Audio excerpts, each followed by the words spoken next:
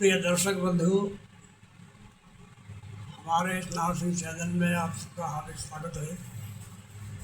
मेरे इस विचारों को बड़े ध्यान से सुने और ज़माने के लिहाज से उसका अमल करें। बंधुओं, आजकल ये देखा जा रहा है कि बूढ़े माँ बाप को बड़ी प्रताड़नाएं मिल रही हैं। जब बच्चा पैदा होता है तो लोग बड़ी आशा उम्मीद के साथ कहते हैं कि हमारे लड़का हुआ, आगे चल कर के हमें वृद्धावस्था में सहारा मिलेगा। लेकिन जब वो बड़ा हो जाता है, उसका विवाह संस्कार कर दिया जाता है, बहू आ जाती है और को तो पैसे कमाने लगता है मान लीजिए, तो उसके बहू आने के बाद उसके संस्कार और व्यवहार बदल जाते हैं। इसके बाद जब उसके भी बाल बच्चे हो जाते हैं तो वो भी बूढ़े माँ बाप को प्रताड़ना देने लगते हैं।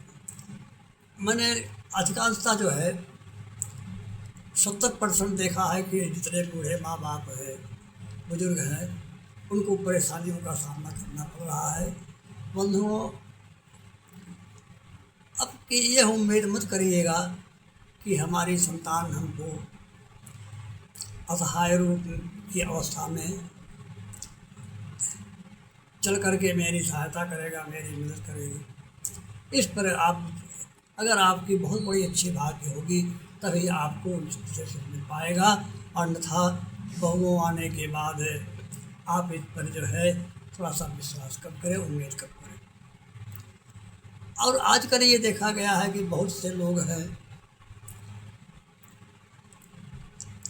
28 साल 30 साल 32 साल तक शादी नहीं हुई, दूसरे के घरों में जा कर के अनावश्यक रूप से बहुओं को, लड़कियों को नाना प्रकार का प्रलोभन दे करके बार बार आना जाना, इस तरीके से उनको बरगला रहे हैं। और जो नहीं करना चाहिए उसका भी कार्य प्रारंभ हो जाता है। तो मेरा आप सबसे अनुरोध ये है, कहना है कि अपने मर्यादा को बचाने के लिए, देखने के लिए आप अपना आँख और कान दोनों बंद कर लें, नहीं तो आपकी स्थिति ये आ जाएगी कि आपको मारेंगे, पीटेंगे, बड़े दुर्दशा करेंगे। आजकल ये चल रहा है। हमने 70% लोगों को देखा है कि उनकी बड़ी दुर्दशा हो रही है। आप जब तक उनको धन दौलत देते रहेंगे, उनको पैसा देते रहेंगे, तब तक आपका बड़ा सम्मान करेंगे। उसके बाद अगर आपने कुछ थोड़ा सा उनके विपरीत बोल दिया, कि अच्छे भलाई के लिए कह दिया, तो आप उनके दुश्मन बन गए। तो दुश्मन से बचने के लिए आप अपने को परमार्जित करें। मेरा आप सबसे अनुरोध है कि इस पर विशेष ध्यान दें।